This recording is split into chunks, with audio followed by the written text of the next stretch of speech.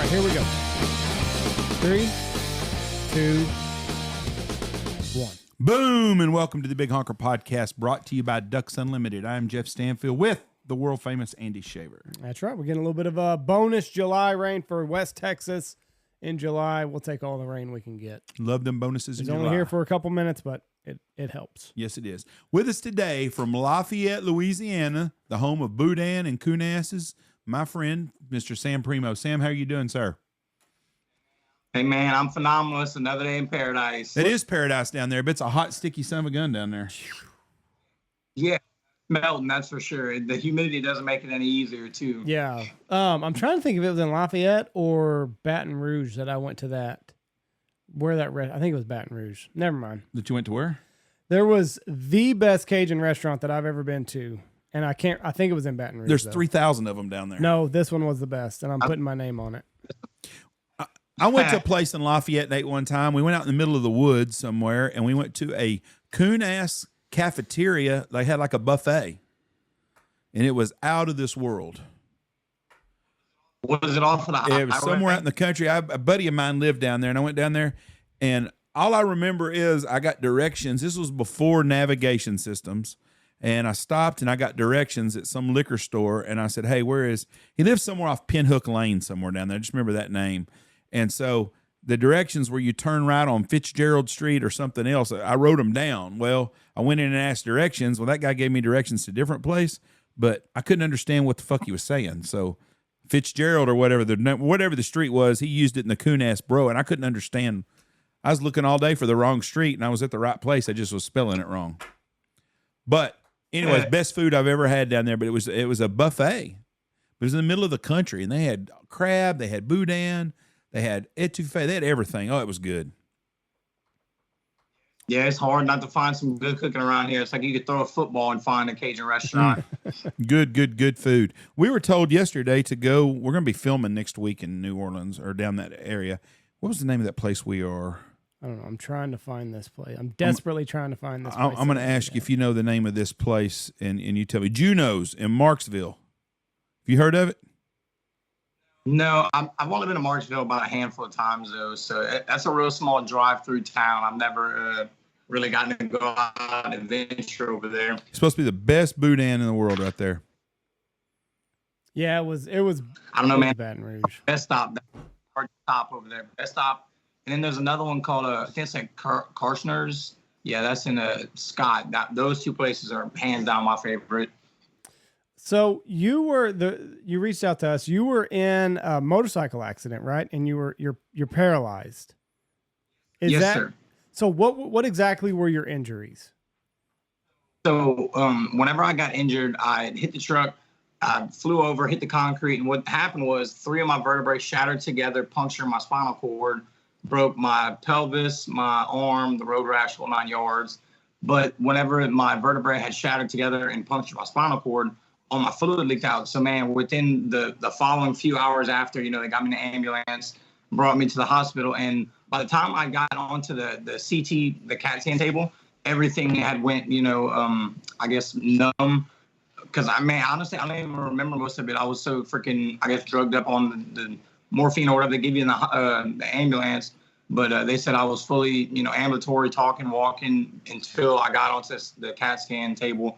But I woke up a couple of days later after the surgery, and it was a shock to find out that this is a new way of life I'm looking at. So basically, right after the accident, you're walking, you're talking, everything's fine, and then just you were slowly leaking spinal cord fluid?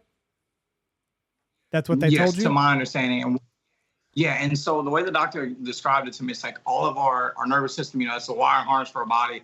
All the muscles around it, like, just kind of went into protect mode, I guess, because it sensed that, the fluid was leaking out. So it was like, hey, fight or flight. We got to make sure the nerves are okay. But what happened with that was now I have a disconnect somewhere in my spinal cord. So trying to send the signals to anything below about nipple level down, it's super shoddy to say the least. But I'm 6 years out, and I'm starting to see some really definite signs of progress. I've done a couple runs of stem cells and tons of therapy and work, and finally starting to figure out these legs again. Now, where do you have to go? Can you get the stem cell therapy in America, or are you having to travel for that? Yeah, so actually I went to Minnesota. There's a place called Rejuve Medical in Minnesota, and they do a process where it's basically they'll draw a bunch of blood from me. They went in and drilled into my hip, took some bone marrow, and they fused the stem cells from the bone marrow in with the white blood platelets out of my blood. And then what they do is they went on up and down my spinal cord on my back, and they shot a bunch of stuff. I think it's called Dextrol. It's something that kind of creates inflammation, tells the body, hey, look, something ain't right here. We need to fix it. And then the following day, they went in, sent all the stem cells, and sent me on home. So they're trying to trick the body into healing itself. In a sense. So, like, the way that they explained it to me at Rejuve was the way our body heals itself with inflammation is like if you get a hurt hand or elbow or whatever, everything will get all puffy. It's inflamed because our body's sending all the nutrients and all the extra, I guess, antibodies and whatnot in our cells to repair itself. So, my injury was so long ago, my body might have not been still continuously working on it, I guess, in the way they needed it to. So they sent up the shots and they're saying, hey, look, something's not right. And in theory, if there's any disconnect or any kink in the lines, where I like to think of it, these stem cells are going to come together and, you know, help put it, whatever is still messed up, put it all together. Now, would this work for somebody that has like a spinal cord that is severed, or is it only working because your spinal cord's still intact, right? It just... Correct. And honestly, I'm not too sure. I'm really interested to see. I've seen a couple cases where they've gone out of the country and gotten other types of stem cell processes, and they've seen good results. But man, it's so few and far in between to find like the really awesome success stories with it. I guess because it's still kind of new and insurance doesn't pay for it. So you got to really be willing to risk it, you know, to go out and do it.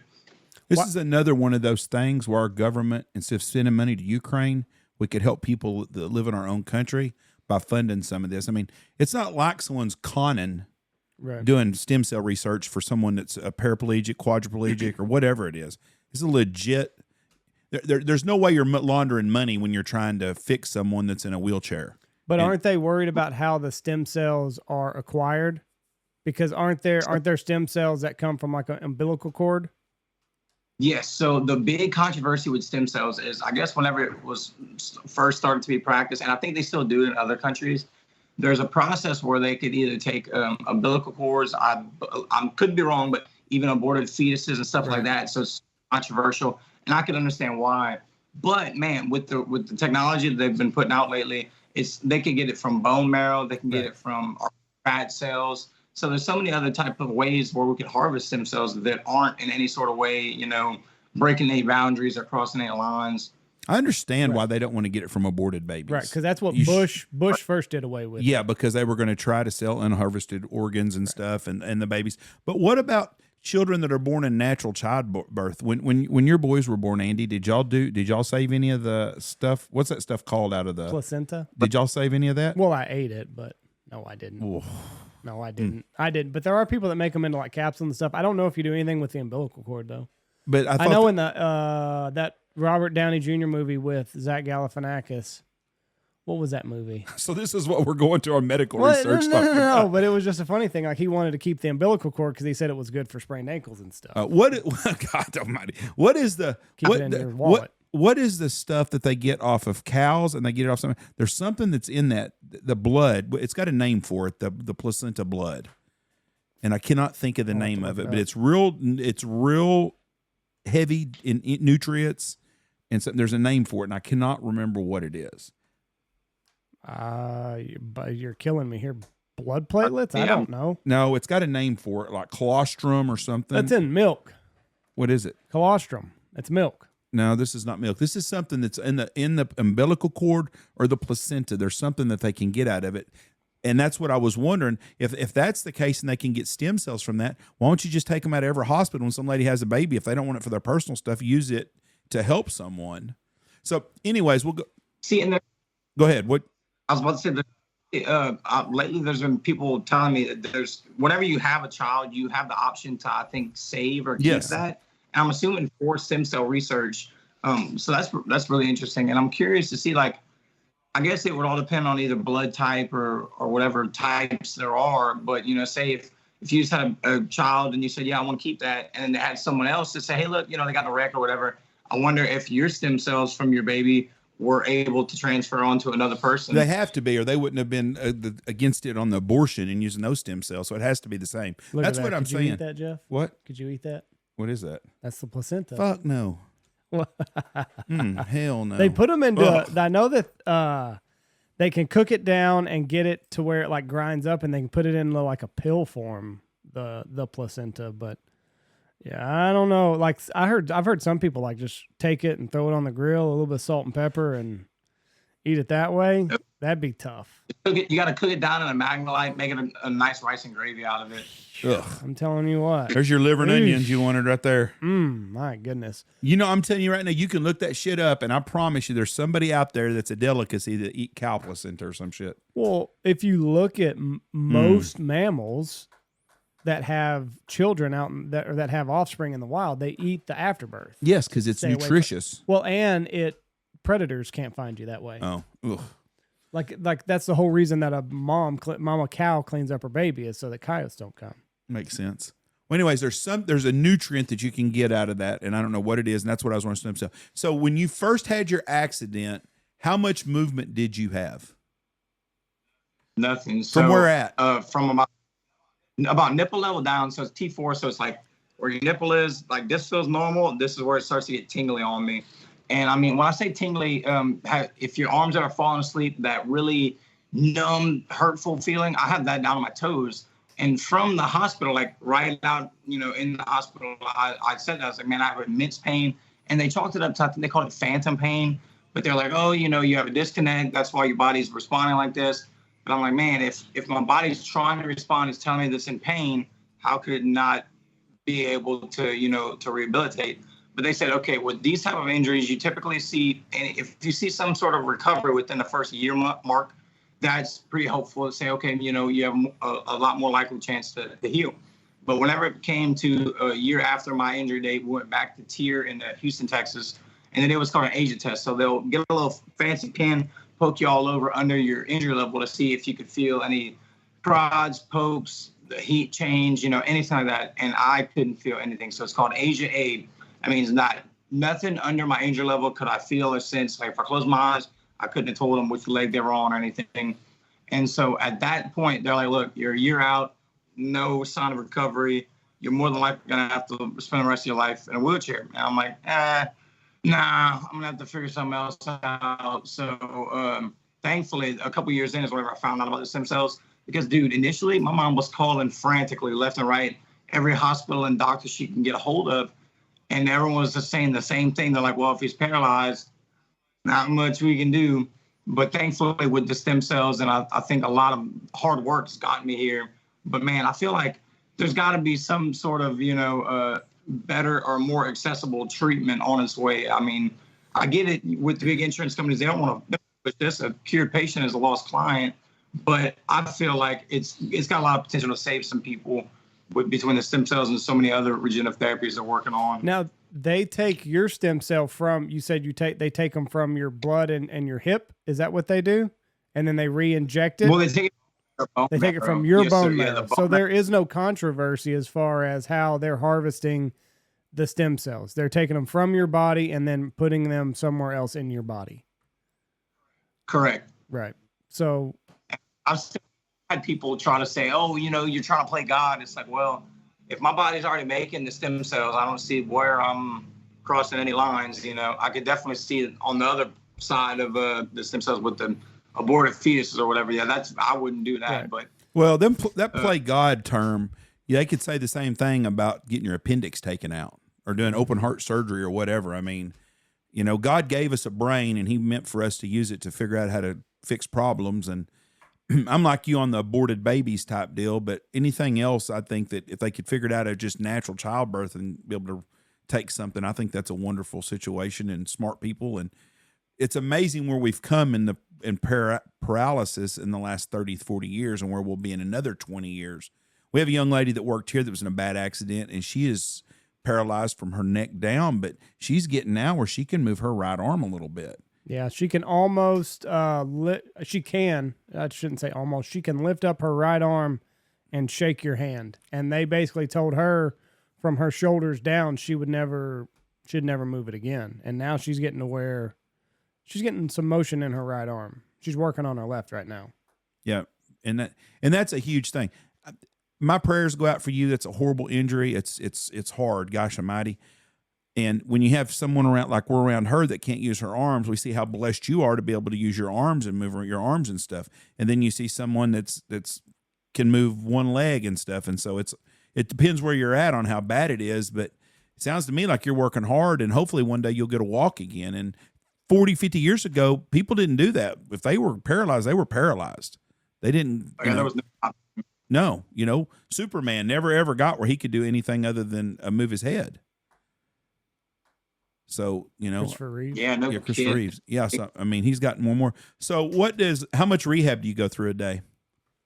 So thankfully, I just started recently within the past, I think, 2 or 3 months. My insurance picked back up on the therapy. So I go to therapy once a week at the therapy center. That's a buddy, my friend Scott, I met at the gym. He trains me once a week on his lunch break. And then insurance is covering for 2 times a week. So I'm able to go to another place called Moro. So I'm doing physical therapy 3 times a week, so about 3 hours a week. And then I do a lot of training at home, and I have some parallel bars right here, as well as at the gym I go to. Man, I would confidently say I've been training 5 to 6 days a week for the past year and a half.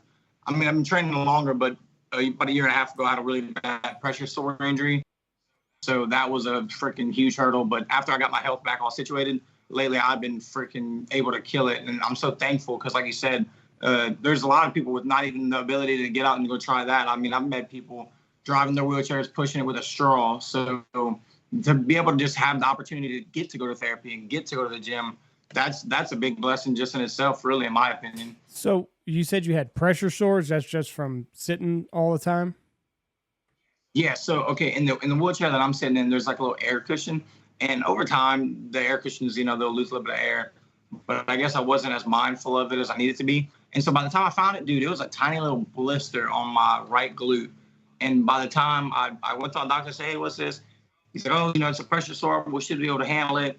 And, they started giving me all kind of different bandaging techniques and ointments and stuff to put on it. And long story short, it spiraled out of control. I ended up having a stage 4 pressure ulcer. So that means it's to the bone. There's like a little hole you could fit your finger and touch my bone. Bitch.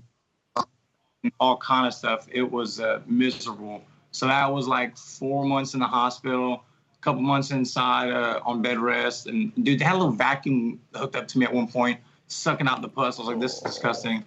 What do they have to leave it open, like you said, to treat it for bacteria and stuff for so long before? Because if they just close it up, that bacteria will fester, won't it? Exactly. So what they did was to actually heal it, they had to cut all the scarred tissue and all around it. They shaved what was exposed from the bone, and they went on my right hamstring. They took a part of my hamstring, went in, filled the hole, did a skin graft and all that. And that was the only way I saw it being probable to get fixed because, like I said, I went through so many different kind of compresses, and they say, oh, you do this little vac, and if it comes off, do this. It's like, you're just digging a hole deeper and deeper, really, after it comes out to it. Because the surgeon, the way he described it to me, is by the time you see the dead skin or the dead tissue towards the skin, all the skin underneath it's already died, So by the time you get to that point, you're in it. Now, what happened the day of your accident? Were you doing anything crazy, or did somebody come into your lane? What happened? So I was actually on the way home. It was nice, sunny. And I hit a nice little patch of rain. So it wasn't anything uncommon that I wasn't used to coming across. So I was going through, and an older guy, I guess he was coming in another lane. I guess he didn't see me. So he turned to make a left on this road. So I slid about 20 feet, hit the truck, and then that's whenever I dove over. I'm so thankful that it was raining and I wasn't cutting up. And that was also, I was like 2 minutes from the house. So I didn't really like to act ass on the way home because I knew my mom didn't like the street bike anyway. So, but I'm gonna be honest, I rode that thing like I rode it like there was no tomorrow. I rode it like I thought I owned the road. And so I'm really grateful whenever I did actually get into an incident, I was just, going slow, trying to make it home. Because if I'd been riding how I normally was, I probably wouldn't be here talking to y'all. So it could have been a lot worse if in hindsight. Were you wearing a helmet? Yes, thankfully. I had a full face helmet on. And whenever I hit the ground, it was the whole bottom jaw part of the helmet completely shattered off, to give you an idea on the impact.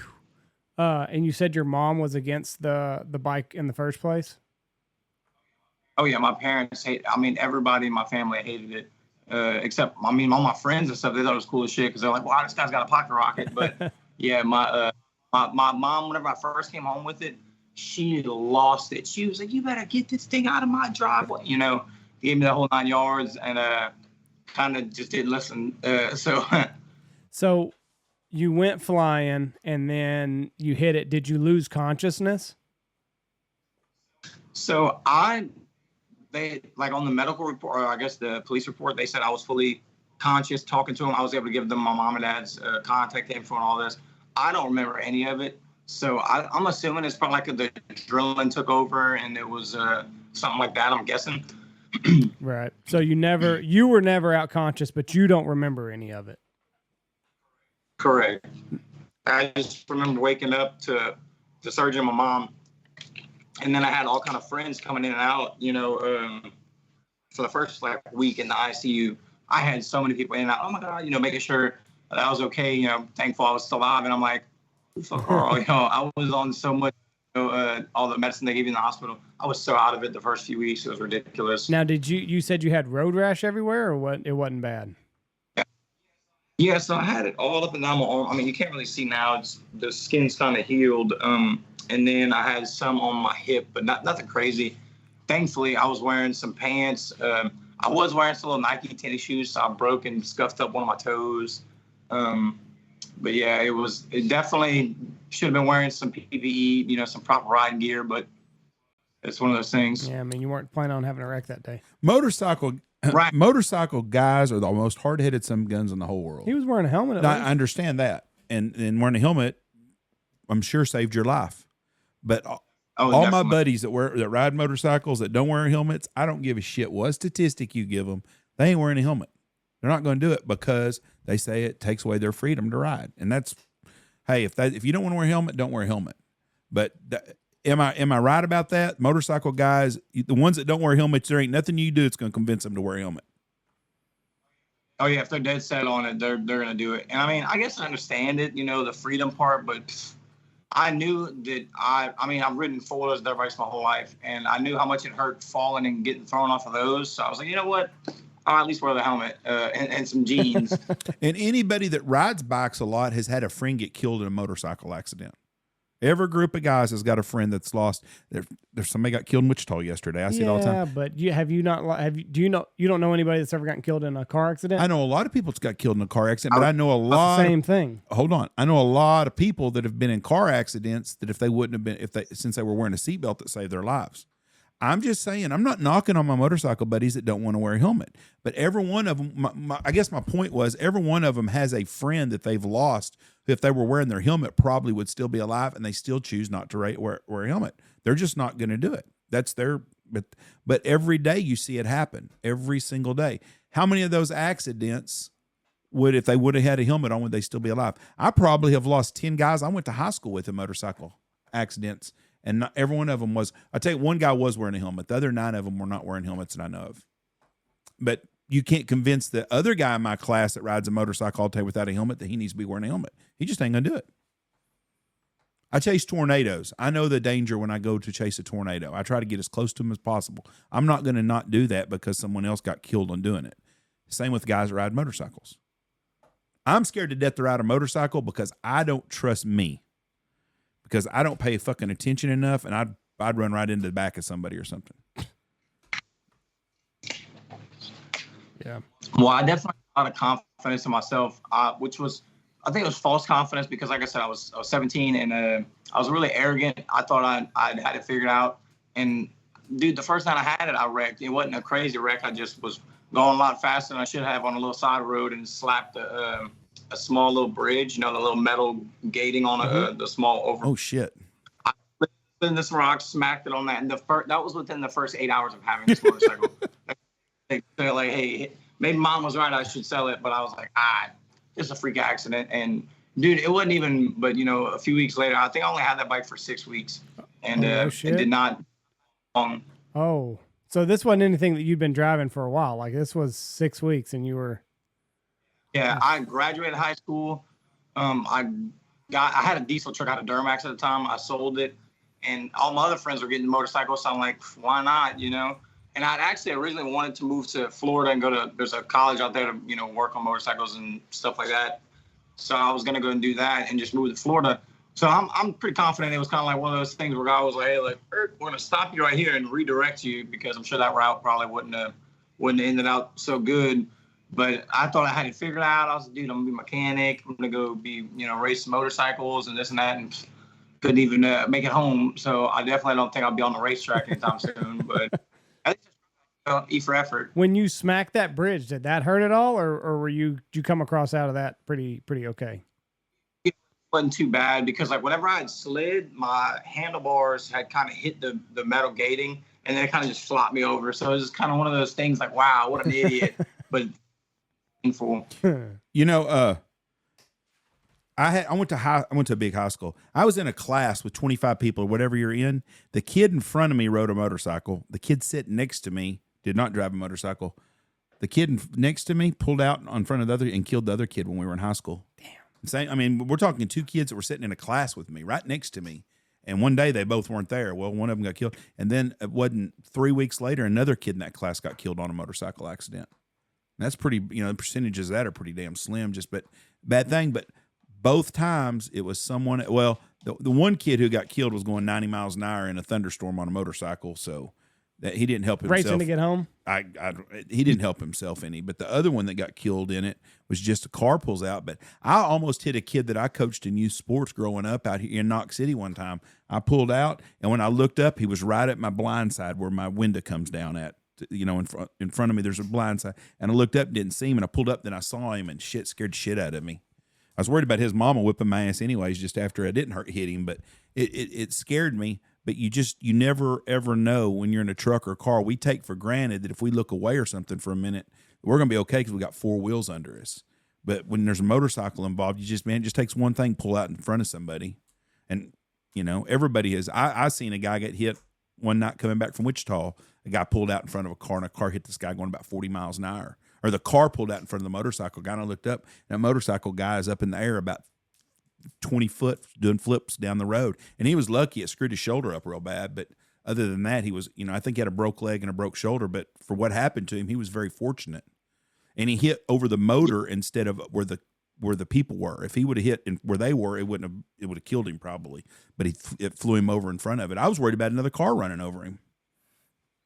Jeez, man, there was a couple years ago they had someone local. It was I think it was in Delcom, a smaller town from where I'm at, but there was an 18-wheeler turning, and he had like one of those low top trailers, you know, where it's, I guess the low boys, what's called or whatever.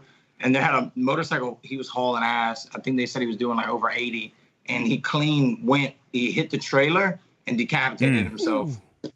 God. Yeah, talk about, that would have been a wild wake up call. And I mean, because it was really early in the morning, it was like 3 in the morning, so I'm assuming 18-wheeler guy, maybe he's either just getting home or getting to the shop. But imagine that, huh? And I mean, I'm sure the truck didn't feel it. Probably look back and say, hey, what's the motorcycle doing over there? Right. It's a bad thing, but it's scary. And then what's really crazy, when you go to a foreign country and they ride motorcycles everywhere, and there's more with the freaking mopeds in Mexico and shit, them fuckers are up and down the road with no helmets on. Yeah. I didn't like it. I got back from Costa Rica a couple months ago, and all of them either are driving like bicycles, Huffies, or motorcycles. And they're in and out, and like nobody pays attention. Like down, you know, where we're at, you got the dotted line on the highway you can pass. You got the solid stripe. That's a no-go. They do not give a fuck in Costa Rica. Did they make you nervous riding around them? Double stripes, and people are passing each other. Like you can have a curve from here to the wall coming up, and like people are passing you. I hated it. I hated it. You're nervous anyway. I'm a nervous driver anyway, and I'd get sandwiched between like a moped or a motorcycle guy and an 18-wheeler, and they're fucking passing one another. I hated it. They pass you on the shoulders. They don't give a shit. It's awful. Has what has it been like battling insurance with all of this? Because you know we all know how they try to cut every corner that they can. Has that been one of the hardest difficulties in this fight that you're in?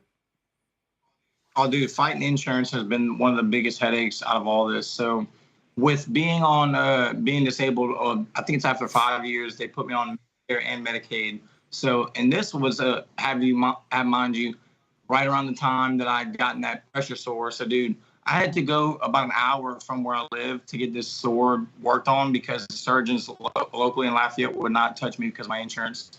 I've been denied several different pieces of like equipment, rehab equipment, medicines. I usually have to get like the generic stuff because otherwise I'm coming out of pocket a good bit. You have to jump through so many different hurdles with insurance provider. I mean, look, for even getting a wheelchair, that was like an 8-month process to just get a wheelchair. I'm like, these are my legs, bro. You know, there's been times where like I've broken parts on the chair and you call the repair people or whatever that distribute it. And there's, okay, well, it's been about 3 or 4 weeks. Well, you want me to just like sit around for 3 or 4 weeks? Like, that's not a realistic thing. Thankfully, I've been able to meet people where I have a couple spare chairs and stuff like that. But yeah, if it were just up to me and the insurance, I would be in hell or high water. I wouldn't have made it very far at all. Matter of fact, like, so after the wreck, I want to say within the first 8 months to a year of therapy, they had they discharged me because with therapy, I guess you probably have a good idea of understanding. After you start, either if your progress takes you long or if you're making too much progress, they'll say, okay, well, he doesn't need us anymore, so they'll take it. So I've been having to fight with that the past few months at this new place, but thankfully the insurance is willing to keep putting it. But I mean, I've also come to the conclusion, it kind of pissed me off when I thought about it. Insurance, they'll give you, I think it's like 12 visits per go round, then they resubmit, right? So 12 hours. Think about it realistically, or let's look at it logically. If I were, only able to go to therapy, you want me to relearn how to walk within 12 hours? And if I have big enough leaps, that's it? Yeah. So that's kind of fucked. But I mean, I guess I could see why on, both sides. Some people might be getting insurance visits and not doing shit with it. So. But I mean, in anything, it takes 100 hours. I mean, I think that's just a general rule of thumb. You're gonna learn how to do something from scratch, 100 hours. You want to learn how to be a good golfer, it's gonna take you 100 hours. I'm gonna be the bad guy here. Go ahead. Take sides with the man, Jeff. No, take sides with the man. I'm not taking sides because I'm compassionate for what you're going through and Cassandra goes through and everybody I know that's got some health problems. So I'm compassionate with that. I'm going to be the devil's advocate here. Insurance companies are private businesses and they make a shitload of money. Mm-hmm. But our government needs to, I hate government being involved with anything, but this is the times government needs to be involved. There's certain situations that our government should help people, and this is one of them.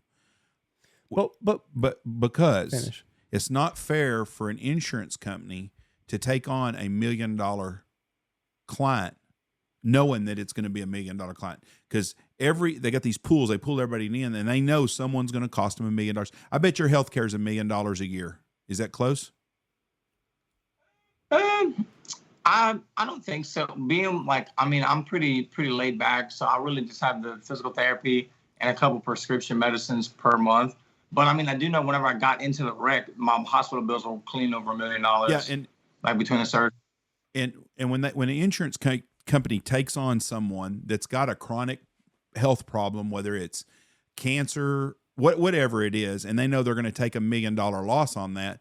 Well, could you imagine if our government, all the money they fucking waste, would take those people in and say, hey, we're going to have a government deal for stage 3 issues, whatever it is, whether it's paralysis, whether it's stage 4 cancer, whether it's kidneys, whatever disease that you have, ALS or whatever, and we're going to take care of these people and we're going to pay the health care what they should get paid. We're not going to overcharge like insurance does. Then everyone else's insurance in the world could go down the prices of it a little bit because they would take all the cost ends that they're losing on the side.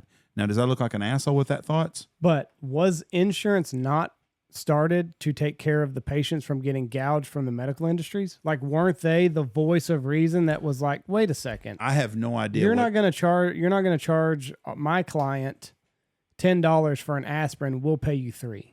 Isn't that originally what insurance was for? I don't know. But now all of a sudden it's the party of no, you're not going to go do that. You're not going to go do that rehabilitation. You're going to get prescribed a drug from this doctor. and you're going to be a zombie for the rest of your life. Well, We're not going to worry about you trying to. You think they're in bed with pharma? We're not. Of course I do. Yes, that's what I'm saying. But that's what I'm saying. Instead of doing something, we're not going to invest in stem cell where he could walk again. We're going to give him a drug. I'm not against him getting stem cell or rehab. No, I'm not. What I'm saying is I understand where insurance companies limit things because of the cost they're losing on people, but they would be better if we took insurance companies out of it, provided the best health care we could give for people in wheelchairs and then going through these situations, and let the government take care of it with these hospitals, but make it a fair price. There's no reason for an aspirin to cost $10. Fucking hospitals are overcharging people. Right. But I think the best thing to do is to take the insurance companies out of cases just like this. If you get ALS, we use ALS for example.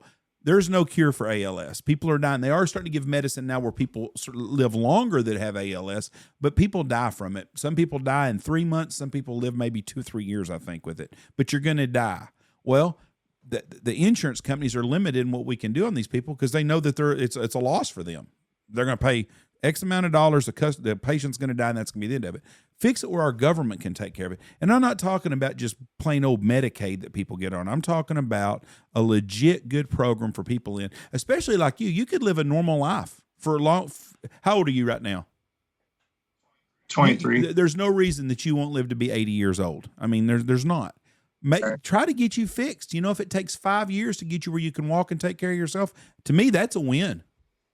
You know? Right. You think like a better investment in the long term? Yes. Because helping people rehabilitate. It's like, how do you want someone to be a productive member of society if they're taking all these pain medicines or having to go through all these extra hoops? It's like it would seem to me, I would rather everybody be more healthy so they can be a lot more productive and produce more for your community or whatever it is. But what do I know? I'm with you. And here's what's really fucked up. You can't get a job as an actor because every fucking actor that's in a wheelchair is a guy that can walk. They don't hire a damn handicapped guy. They hire Sergeant Dan. What's that guy's name? I mean, that's who gets the job. Gary Neese gets the job. They don't give it to a guy in a wheelchair.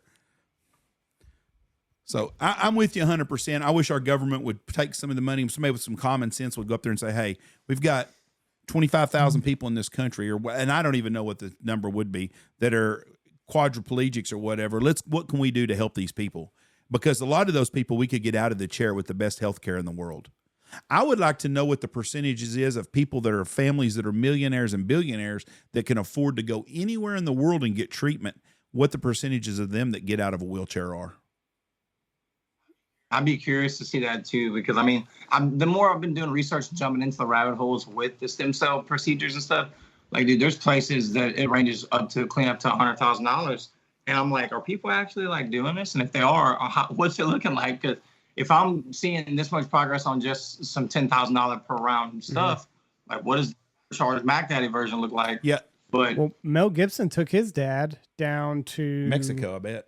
No, it was a Central America country. Panama. Yeah, I took him down to Panama, and like, I think, and it's been a while since I first heard this, but sounds like Mel's dad was like late 80s, early 90s and wheelchair bound. And I mean, just, dribbled when he pissed basically. And like, they gave him stem cell, they gave him the works. And I can't remember exactly what it was, but like, Mel said he left his dad got all that therapy done, came back to get him. And like, dad met him at the door, raging hard on, like, let's fucking go. So, good for him. Like, there's a lot of, but I think it was Panama that he took him to. See, and there's certain things they can fix, and we ought to be doing that. ALS, for example. I had a friend of mine that got ALS, and he died in about 15 months. Multi-millionaire. Go anywhere in the world. Had a private jet of his own, could go anywhere, the best healthcare. There was nothing to do for him. Nothing.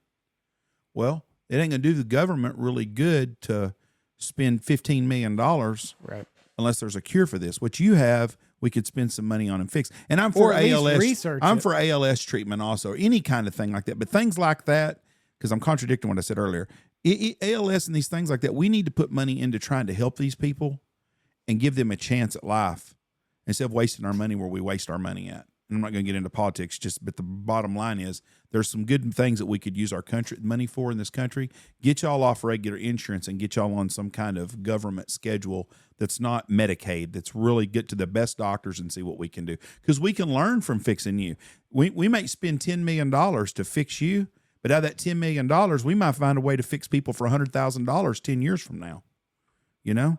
Right. There's research growing all the time. Why can't we harvest? We can grow everything now. I mean, we fucking can take a man and make him a woman, they think. I did see now where they're wanting to do uterus transplants in men so they could have kids. Stupidest shit ever. But why can't we figure a way out in a lab somewhere to do something that can help a spinal cord? I know every spinal cord is completely different and everything is different. And I'm way too dumb to even know how this works. But there ought to be able to ways to harvest stuff in a lab to help people. And I don't know what it is. You would think. And I mean, I feel like I'm very hopeful that they're on the right track with doing that. Like, I mean, if I could be of some sort of, I don't know, I guess a way to show insurance, like, hey, look, the stem cells actually we might want to look into this. Because I do get that, yeah, it's every spinal cord injury is so different. So it'd be really hard to kind of base it. But it's like, I want to be that living proof to show, hey, look, there are things out here now that we could at least have potential. I mean, I've been seeing a lot of Elon's Neuralink, and that seemed kind of promising. For me personally, I wouldn't do it because I don't like the idea of someone being able to control me remotely. And you want to, but I feel like that's something that could be very probable with a Neuralink. Well, at least with the stem cells, kind of like allowing my body to repair itself as naturally as it can. But between that and, I mean, all the other adapted or I guess regenerative therapies they're starting to come out with, there's got to be something, you know, brewing that we maybe don't know about, or I just ain't rich enough to get yet. But now, what all have you regained? Because I've seen videos of you. You are moving your legs again somewhat. Yes. So I'm able to do like quad extensions. That's engaging my quads. I can get my hamstring engaged a little bit, not as consistent. I've just recently started to figure out the commands to do like toe raises, you know, or I guess heel raises, you know, getting my calves engaged. I've been able to start working on improving my bowels and bladder, which is having less, you know, I guess more regular scheduled stuff. I'm able to hold my bladder in longer, which is another big thing that people don't really think much about with being paralyzed. But your bladder is your function and control of bladder is very distorted. So, bro, the past few years I've been peeing like 8 to 10 times a day, which is ridiculous. It's not because it's a lot of pee, because my body doesn't know how to hold a lot. Bowels, starting to figure out how to learn how to push the bowels through with the muscles, like with the inner workings of your stomach and stuff, makes a big difference. Because, man, before it's like I'd sit on the toilet for an hour every morning trying to do that, but now it's a lot quicker because I'm able to actually concentrate and say, okay, look, get a little inside muscles. But we've also gotten some glute engagement, some abs a little bit. So like being that my injury level is so high up, originally I had to have a little armrest. Otherwise I'd like fall one way or another. But to, you know, sit straight, work on my posture with a lot less assistance. And man, on the day-to-day living, that's really what's helped so much reduce pain wise. As I'm starting to learn my core, my posture isn't as bad, because being in the chair so long and my muscles started to atrophy and whatnot, I developed scoliosis. And dude, that shit is so painful. At the end of the day, like, you just lay down and it feels like my spine's been twisted all day. But now that I'm starting to wake up those ab muscles and I can tell, like, okay, if I'm not sitting right, let me fix it. It helps significantly with that at the end of the day. So I'm working on walking again, obviously. But really, I want to climb Pikes Peak, which is a mountain in Colorado. The reason I shot the goal so high is just because even if I fall a little bit underneath it, it's still going to be awesome, I think. And I feel like it's not a matter of if, it's more of when. So I'm pretty confident I'll be able to do that. I'll be able to walk and fully escape the wheelchair. But I want to be able to set that limit a little bit higher for myself, just because I think being so young and with I guess the world we're living in now, it's like I don't see why not. Yeah. Yeah, I never thought about that. Like whenever you say that you're paralyzed, you know, most people just think like, oh, we just can't walk. But like you said, it's using the bathroom, it's sitting up straight. Like there's all these residual consequences minus just not being able to walk. Oh, the not walking is by far the easiest part to figure out with the wheelchair. So, I mean, within the first year or two, it's a very big mental hurdle. I think for me it was. I mean, I'm grateful I was young, semi-healthy. So, and as terrible as it sounds, one of the therapists in Houston, she was like, I hate to say this, but you do have a really good body type to be paralyzed. I'm long, easy to move around. So I was like, well, whatever that means, but I guess it's better than being fat and out of shape and whatever. But yeah, the bathroom thing was by far the worst because then I'm already kind of like bipolar, a little mental on I got a little depression going into the wreck. But after, dude, that shit amplifies. Now that if I'm scared throughout the whole day, if I might piss or shit myself, like now I'm anxious, now I'm overthinking it. And another thing that really sucks about a lot of the places I've been around, especially in the South, bathrooms. The accessibility in bathrooms is not what you would think it is. So some people think, okay, there's one handicapped, some are abuse it. Well, if there's not a wheelchair and he's got to pee and you're in that fucking off on your phone, he's probably just pissed himself. I mean, not everyone's, some people are able to hold a lot longer. But dude, at the beginning, there've been times where I'm like, all right, dickhead, I'm just going to up next to a stall. But yeah, the bathroom situation is by far the most taxing mentally, I think. And I know some people that have even worse. They have there's like catheters that you could put in and leave in all day kind of thing. And then, dude, one time, this was probably 2 or 3 years ago, I was getting tired of the bathroom routine taking so long. So I went to see the doctor. I'm like, hey, what can we do about this? And they wanted to, from my bowels, they wanted me to get, what is that, a colostomy bag or whatever. Dude, I was with my girlfriend in there at the time. I was like, you really think I'm 19, I'm about to get a fucking colostomy bag? You're filling your head. And with peeing, I was like, dude, look, I'm going to the bathroom so often. I'm not a fan of this. What can we do? Their option was they wanted to, I think it was like my small intestine. They wanted to cut a piece of it, rerun it to where it makes your bladder bigger, but I'd be able to, have to pee through my belly button. What? I was like, what kind of mutant shit is this? Pee through your belly button? Your belly button, bro. You cat through your belly button. I'm like, what even? No.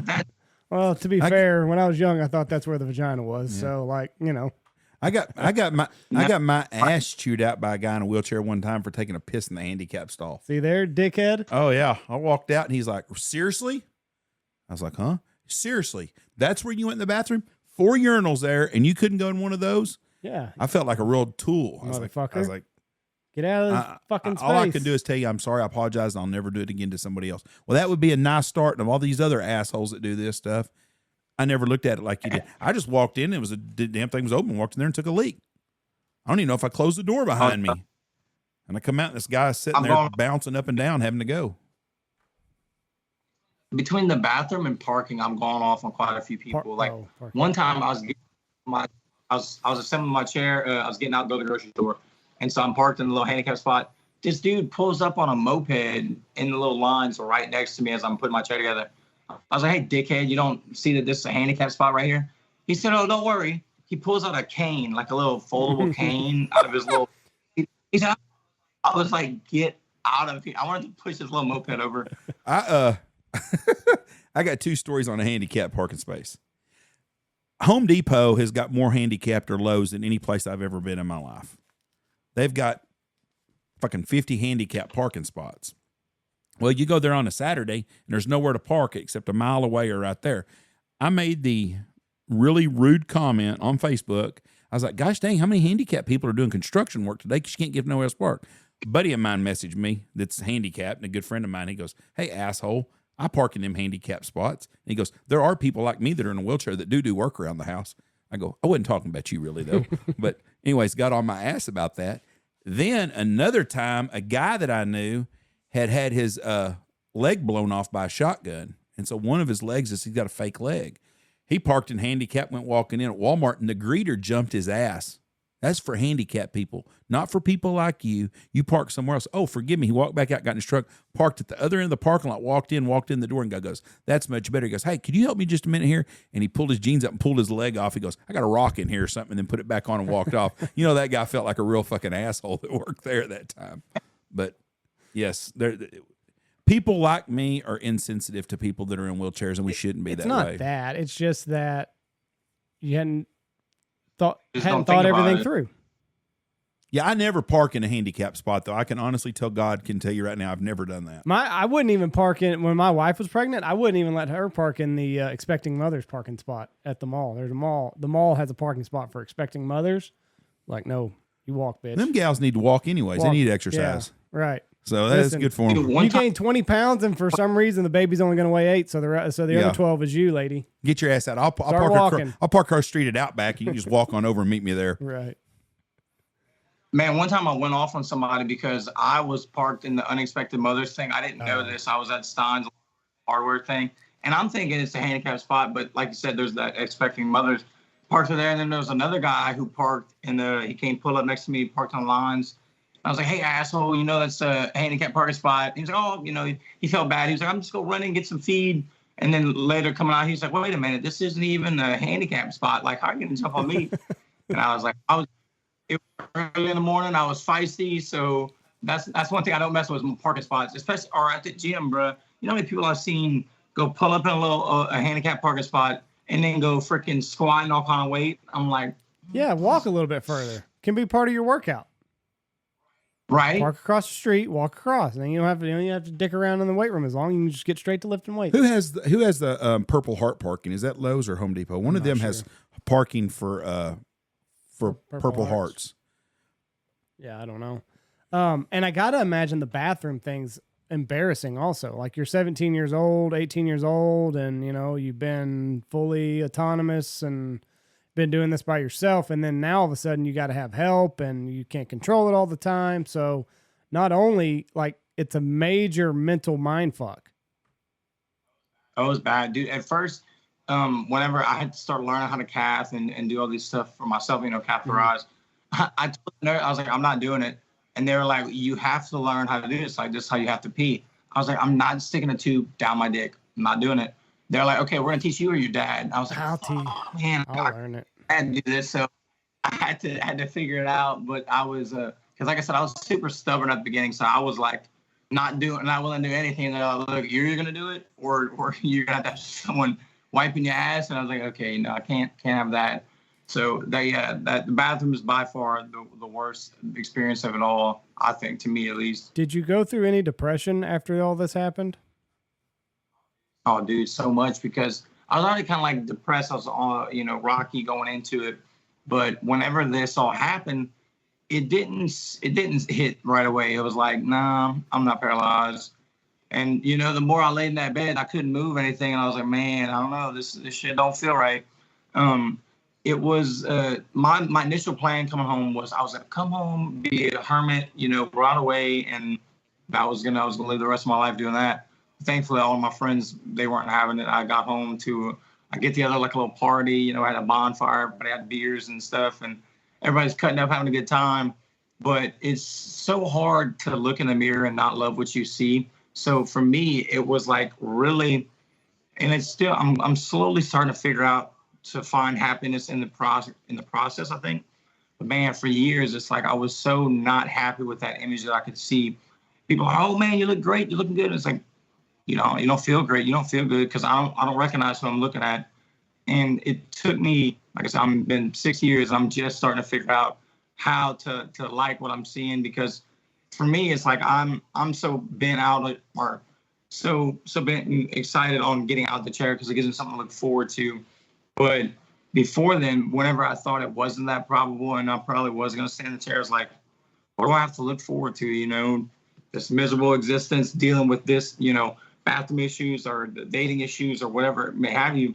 But now, I mean, there's ways to adapt and overcome with anything in life.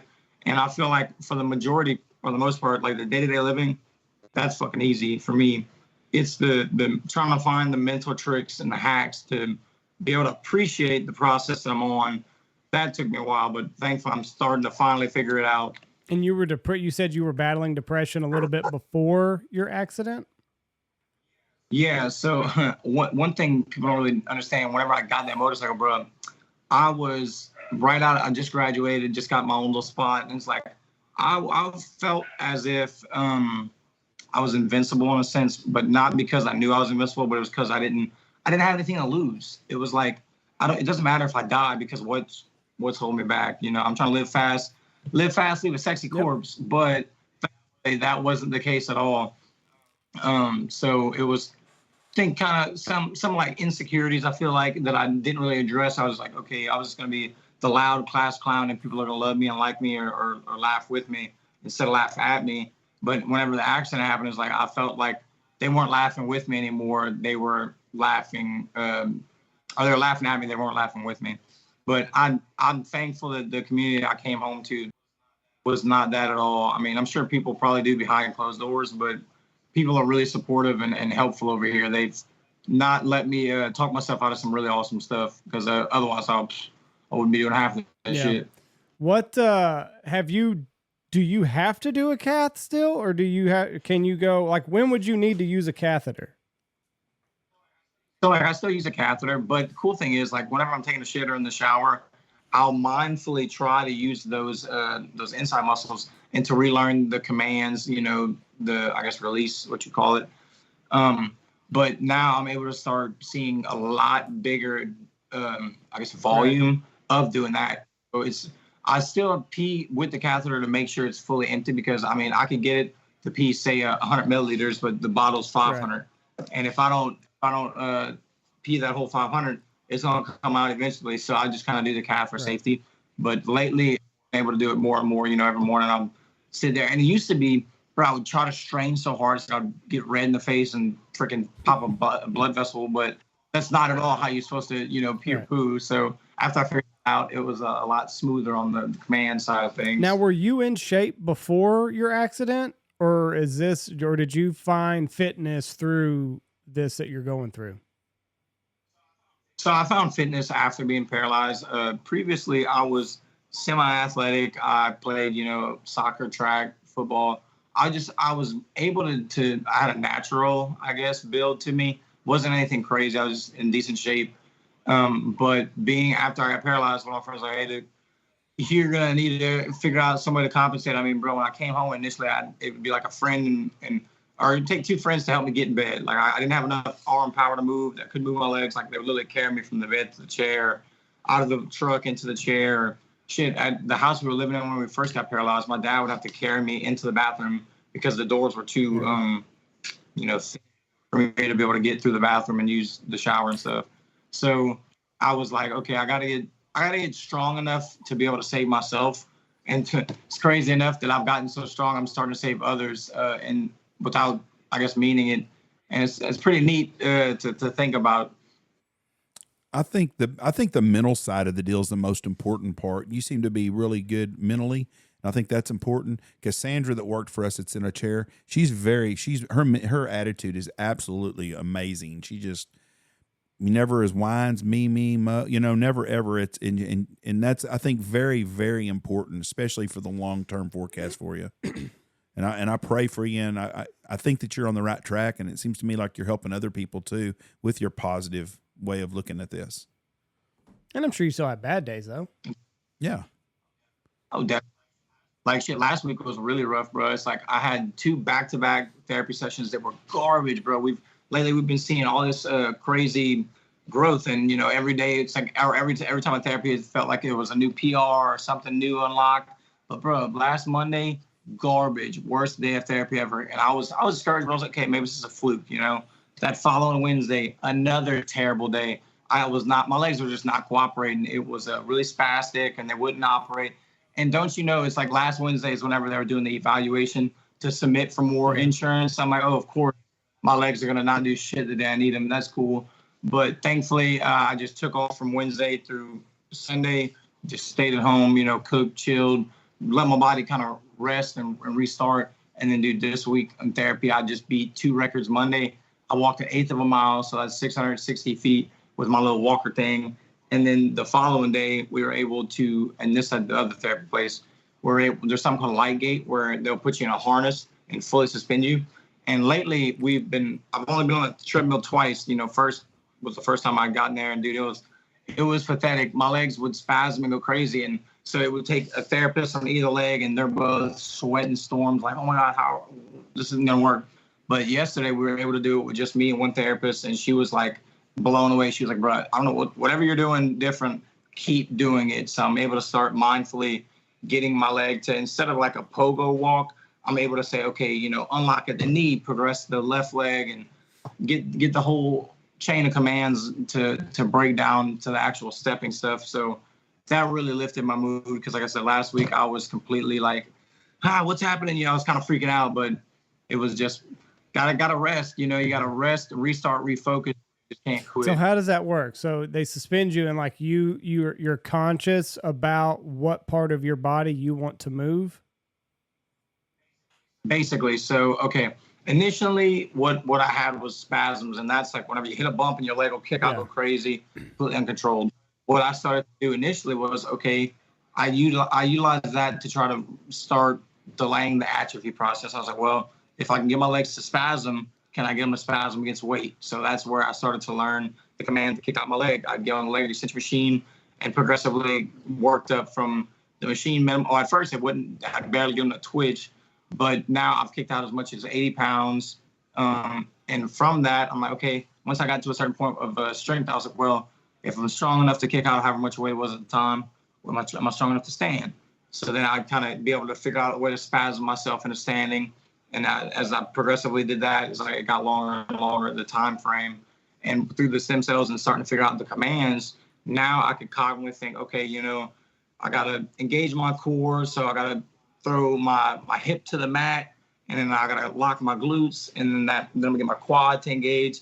It's weird to think about like how many, I guess, commands you can call it, that go into the most simple things. Like getting up to stand, you could do that effortlessly because you've probably been doing it for however many years. But for me to get up and stand, bro, it's like rocket science. I'm like, all right, so we gotta get a little formula figured out. The same with trying to just do a crunch. Like I used to, when I was playing soccer and football, it's like I'd do 100 crunches, it wasn't shit. Now, for me to do one crunch, I'm like, it's like I have to rewrite the Da Vinci Code in my head. I'm like, how do I into this and that?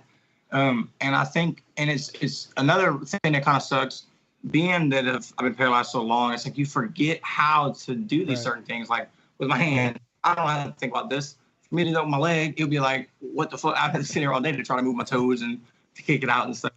So it's so crazy, but thankfully I'm being put around the people that are saying, they're able to explain to me how to think of it, to relearn the process, and starting to use neuroplasticity, or starting to see a lot of neuroplasticity, which is just the rewiring and relearning of neurons and such.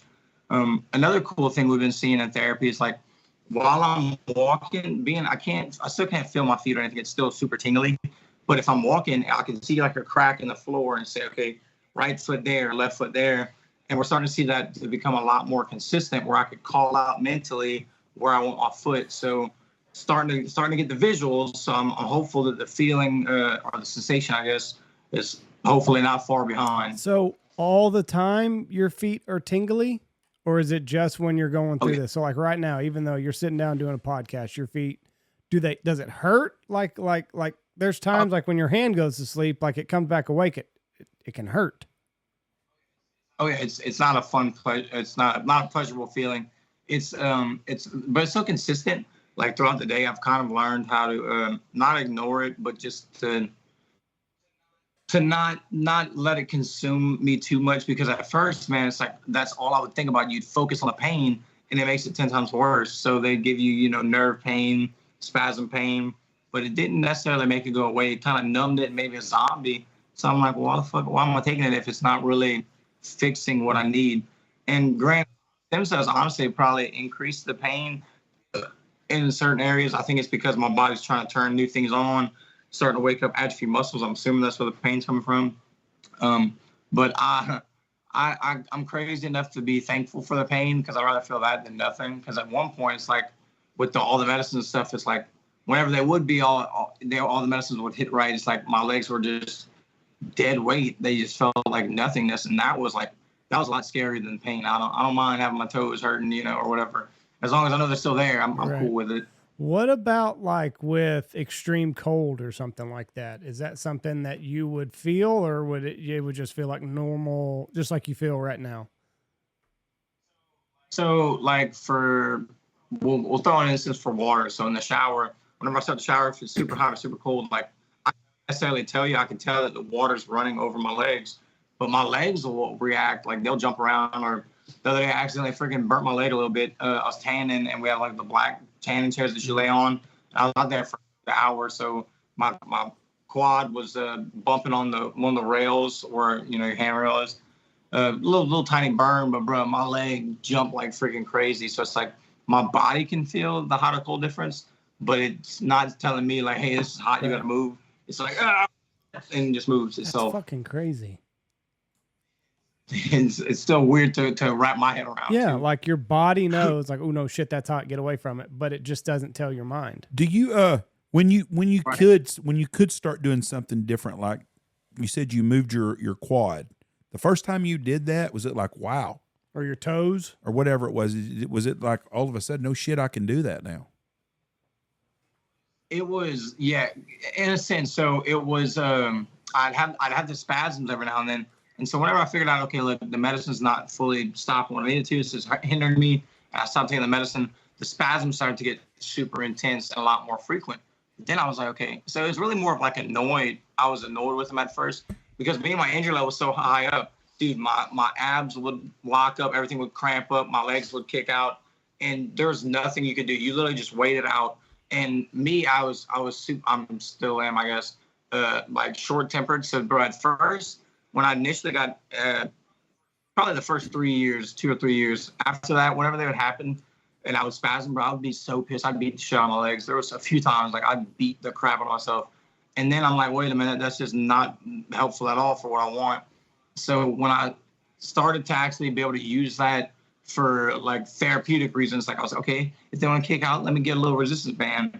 And being able, like the first few times able to kick out against the resistance band, dude, it's like the return of the Mac started playing in my head. I'm like, oh shit, it took a lot longer than I thought it would, but that it was really encouraging because it gave me that little like that ounce of hope. It was like, okay, we're not completely, we're not completely hope.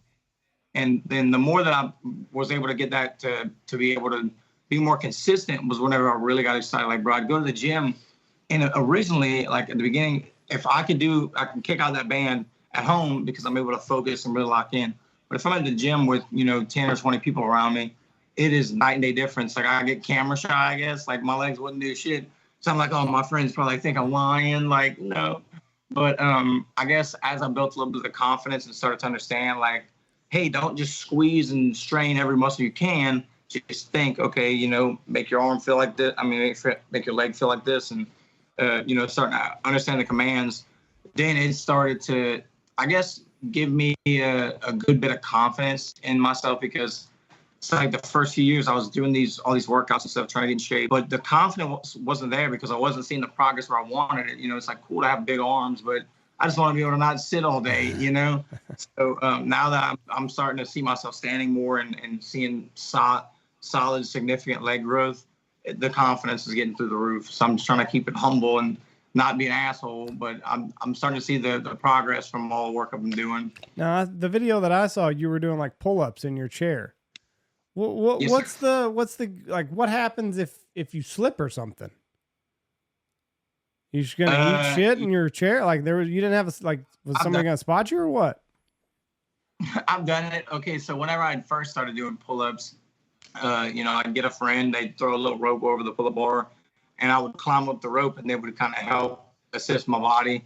And progressively doing that more and more, I started to build up enough strength to, okay, well, if I could do 10 or 15 pull-ups without the chair, I wonder what I could do with weight. Mm-hmm. Whenever I was first in the gym, years ago, and my other friends that had got me in the gym, I had a little squad of friends. We'd all meet there and go train. Whenever they started adding weight, I'm like, oh, bro, I want to add weight to my pull-up. So I'd strap a little 5-pound to my waist or whatever. And eventually, my chair is about 30, 35 pounds, I would think. So once I got to that point with the weights, I think after like the 25-pound weight, and all my other friends are going to get the 45-pound plates, like the big macho shit, I'm like, you know what? Watch. I got a little belt that I would use to strap myself on the machines and stuff. And I just strapped it in my chair, and I was like, all right, look, I need y'all to help pick up the chair. And, I got up my first few. Honestly, it's safer for me to do it in the chair, right? Because out of the chair, I found someone come and line it up and whatever have you. And I've fallen more times trying to like doing pull-ups, trying to get into the chair than I have being already in the chair. I've fallen probably like 2 or 3 times with doing pull-ups and like just landing wrong and fucking. Yeah, but I mean, you never got hurt doing it. Like every time you fell, you were all right, I guess. Yeah, it wasn't too bad. Like, 'cause I mean, the worst thing, the worst fall, I was climbing on some monkey bars, and so I hooked up my rope to one side. I did the monkey bars, maybe 10 or 15 foot length, and then whenever I got to the end, I was like, and I was strapped up in the wheelchair. I'm like, fuck, there's only one rope. So I started like backpedaling, and I had a friend that was videoing me.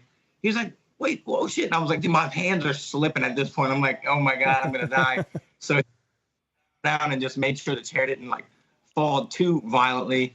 That one was kind of funny. Then there's a rope ladder at the gym I train at, and so they got big old knots, every couple feet that you would use to climb. So coming down one morning, I caught like the front little wheel on my chair, and it flipped me. But that one wasn't bad. I think it's a lot worse on my self-esteem than actual, physical injury. Like one time I was climbing a big rope ladder, and this was like 5:36 in the morning, so no one's outside, just me and my brother. And coming down, my freaking leg got caught up all weird. I pantsed myself. So I'm like 10 feet in the air, got my pale white ass showing. What are you doing? He's climbing up to put up my pants. And like I said, thankfully no one was out there, but that would have definitely hurt the confidence, I think. So listen, we're gonna start wrapping up here. What is next for you? Do you have any more stem cell therapy sessions scheduled, or is that kind of a wait and see type deal? So that's the goal. So actually right now I'm going to be fundraising, I guess, trying to help raise enough funds to go and do some stem cells, either Rejuve Medical in Minnesota again, or just another place in America. I would like to do more stem cells and conglomerates with all the extra therapy I've been doing. So right now I'm also getting ready for a bodybuilding show coming up August 19th. I got a sponsor, so I'll be walking out with a walker. There's no wheelchair division, so I'm going to be posing with the big boys and just kind of prove it to myself that, kind of outworking those insecurities, I guess you'd call it.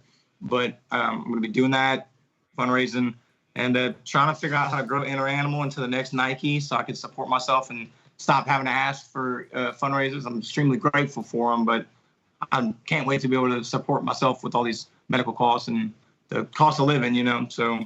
Now, what is Inner Animal? That's a clothing line that you're starting, or what is it going to be? Shoes? Yeah.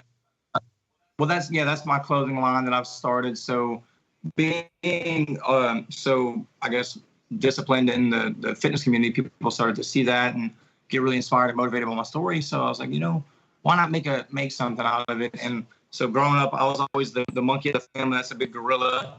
So whenever the idea started to come around, I said, well, why not make something out of it? And so I ended up calling it Inner Animal. So I've got Inner Animal LLC. Been running that almost 3 years now. And like I said, I'm going to make it the next Nike. So that's the goal, and help inspire and show others the possibilities of hard work and a lot of faith.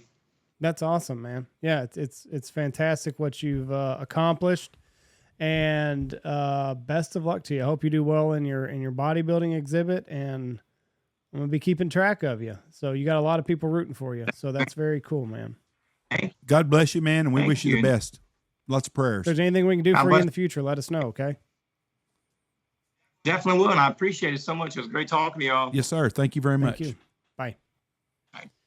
Very inspirational young man. Yep. Head over to Inner Animal Experience and buy something from him. Help him in his stem cell journey. Yes, you have to have something to focus on and lead on in life, and you have to be mentally strong to go through that, and he's done a very good job. Lots of prayers for him. Very good. All right, let's get out of here. It just quit raining finally. It was a nice little rain we had for us. Yes, it is. Can't beat it. What else? Ready for football, baby. Won't be long. 2 weeks. I just saw the odds in Vegas went up on Hopkins signing with Tennessee. Oof, that would be That won't move the needle. No, everybody in that division's playing behind Jacksonville now. I don't know. What do you say you don't know? Who do you got? You got Jacksonville, Tennessee. Who else? Indianapolis and Texans. Jacksonville's got the best quarterback. Better than I don't know. Hold on. Who do you think? Anthony Richardson. There's no seriously. will you do me a favor and take him in the fantasy football draft first round? If it were rookie only, I would. You would take him over. I probably would take him as the number one out of all the quarterbacks, young quarterbacks. I'm not sold on the kid at Houston because I don't think he's going to run enough. I think Anthony Richardson will be a good. I think he's going to be Lamar Jackson type quarterback. We'll see. Justin Fields, same way. See, better runner than passer. I saw the Jets were talking about signing Dalvin Cook. They got Breece Hall. Yeah, I don't understand that either. I don't. So, I mean, I know he just tore his ACL and all, but anyway. Where'd Mike White sign with? No idea. He signed with somebody. Maybe Atlanta. Who else is Atlanta's quarterback? Mariota. No, he's gone. He's at. Riddler. Ritter. They got somebody else too. Yes, they Gardner do. Minshew. I think he's at. He might be Indy. I think he's Indianapolis. I think he is him and Richardson. I think Atlanta's quarterback is. God Almighty! I want to say it was somebody that. I don't remember who it was. I was listening to a deal yesterday talking about Kirk Cousins, and guy goes, "Do you think Kirk Cousins is a Super Bowl quarterback?" Heineke. If he wants to buy a ticket, he can be. Heineke. Yeah, Heineke's at Atlanta. Yep. Who's their other quarterback? Ritter and Desmond him? Ritter. Yeah, it's. I tell you what, I should like to have Bijan Robinson though. You can get him. I'm going to. You can get him. If I have the 5th pick, he's gone. Wow. He's second running back. What? Behind Christian McCaffrey. How many? You know how well Atlanta ran the ball last year? They were big time runner. I think they led the league in rushing last year. In our league, you're going to take Bijan, number 5. I probably would. After I'm not taking a wide receiver in the first round. It's a waste of a pick because there's too many good wide receivers out there. Well, what about Mahomes and Allen and Burrow and Lamar? I'm not taking none of them in the top 5 either. I'm gonna take Herbert. No, I'll let everybody else do that because I'll get them in the second because I'm going to get a running back because running back's the hardest to find a good running back. If you have the first pick, who are you taking? Christian McCaffrey. In our league? Well, yes. I'm not talking about playing in Bob's league. Our league. Is your first player taken? Mahomes boy. Good. I hope you do. I'm going to. I hope you do. That'll make one of them. And then when you come back around the second round, if you don't take a running back, you're screwed. Running backs are hard to find. There's already not going to be a running back. They're tough to find. So I punt on that position. Okay, well, that's a good attitude. You're doing the zero running back deal. Punt. Okay. Punt on running backs. And since you've won our league and been in the money in the top bracket. I have. Once. I have. Been there. Once. Taking it. You hadn't even get to play in the top tier but one time. I am your champion. What, from where? I am a league champion, Jeff. Okay. League champion. All right. So come at me for any all I've got to say advice. is Harry's last year playing fantasy football, he beat you. Well, so from now on, you're going to be known as Harry's bitch. I mean, I wanted the guy to have something to go out on. I wanted him to go out on a high. He's in heaven right now going, you know what? I beat Andy. Well, you know, he's having that conversation up there too with somebody right now. He should too, because that's a strong testament. That'll open a lot of doors in heaven. Yeah. All right. Thank y'all for listening to us. God bless y'all. Check out our Patreon. We got we're giving away a puppy from Double D British Kennels. Be on Patreon. Check us out on the Big Honker Podcast private page. We got all kinds of stuff going on. Check us out on Instagram. I'm Jay Stanfield 68. He is Andy Shaver. It's just Andy Shaver, isn't it? Andy_Shaver. Andy_Shaver. Or check us out at Stanfield Hunting on IG. And we're looking forward. First Family of Waterfowl will release on the 20th. July 20th at 7:00. We won't be doing a podcast between now and then, so make sure you check us out. Thank y'all. God bless y'all. Bye. Check out our sponsors. Go to our YouTube channel. Get subscribed to all that. Check out season 1 of The First Family before season 2 comes out. We're brought to you by Lucky Duck, Ducks Unlimited, Double T British Kennels, Mossberg, Stanfield Outfitters, Alpha Outdoor Specialties, Hemp Hill Farms. Go get that CBD. Looking Glass Podcast, Shin Gear, Dirty Duck Coffee, Dive Bomb Industries, Pacific Calls, and Boss Shot Shells.